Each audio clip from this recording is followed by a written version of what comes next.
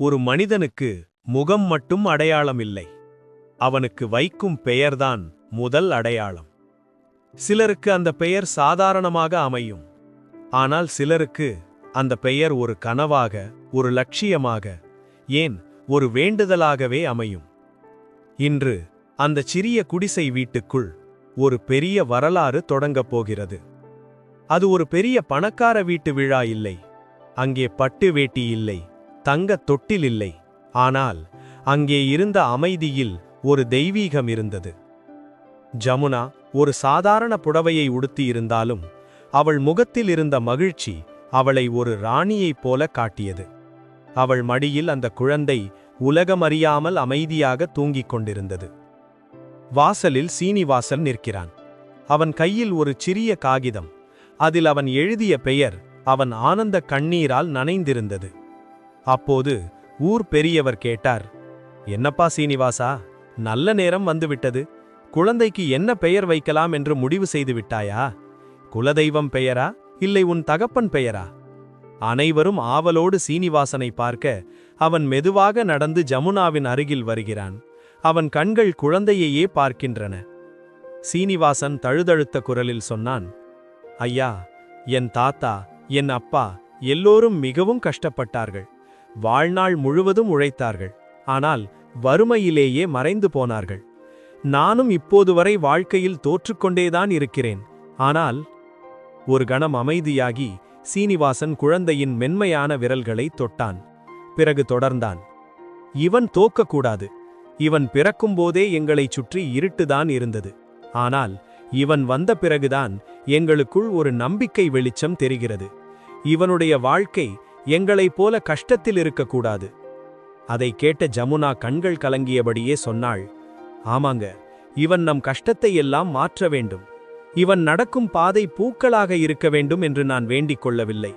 அது முட்களாக இருந்தாலும் அதை தாண்டி இவன் ஜெயிக்க வேண்டும். அந்த வார்த்தைகள் அந்த குடிசை சுவர்களில் எதிரொலித்தன. அது ஒரு தாயின் ஆசை அல்ல, ஒரு தாயின் வைராக்கியம். சீனிவாசன் நிமிர்ந்து பார்க்கிறான். அவன் குரலில் இப்போது நடுக்கமில்லை, ஒரு கம்பீரம் தெரிகிறது. உறுதியான குரலில் அவன் பேசினான், எங்கள் குடும்பத்தில் யாரும் தொடாத உயரத்தை இவன் தொட வேண்டும். எங்களை ஏளனமாக பார்த்தவர்கள் முன்னால் இவன் தலை நிமிர்ந்து நிற்க வேண்டும். எந்த சூழ்நிலை வந்தாலும் இவன் அதை எதிர்த்து போராட வேண்டும். அதனால் இவனுக்கு நான் வைக்கும் பெயர் விஜய். ஊர் மக்கள் அனைவரும் ஆச்சரியத்தோடு பார்த்தார்கள். ஊர் பெரியவர் கேட்டார், விஜயா, மிக நல்ல பெயராக இருக்கிறதே. ஆனால் அதற்கு என்ன அர்த்தம் என்று தெரியுமா? சீனிவாசன் புன்னகையோடு பதிலளித்தான், நன்றாக தெரியும் ஐயா. விஜய் என்றால் வெற்றி என்று அர்த்தம், ஜெயம் என்று அர்த்தம், தோல்வியே இல்லாதவன் என்று அர்த்தம். இவன் பெயரை அழைக்கும் போதெல்லாம் அந்த வெற்றி இவன் காதுகளில் ஒலித்துக்கொண்டே இருக்க வேண்டும். விஜய், நீ ஜெயிக்கப் பிறந்தவன் என்று இந்த உலகம் இவனுக்கு சொல்லிக்கொண்டே இருக்க வேண்டும். அந்த வார்த்தை விஜய், அது வெறும் 2 எழுத்துச் சொல்லல்ல. அது சீனிவாசனின் சபதம், ஜமுனாவின் கனவு. ஊர் பெரியவர் குழந்தையின் காதில் மெதுவாக அந்த பெயரை 3 முறை சொன்னார், விஜய், விஜய், விஜய். அந்த குழந்தை லேசாக சிரிக்கிறது. அந்த சிரிப்பு, நான் பார்த்துக் கொள்கிறேன் அப்பா என்று சொல்வது போல இருந்தது. ஜமுனா குனிந்து குழந்தையின் மிற்றியில் முத்தமிடுகிறாள். அவள் கண்ணீர் துளி குழந்தையின் கன்னத்தில் விழுகிறது. அவள் மனதிற்குள், என் விஜயே, நீ அரசனாக வாழ்வாய்.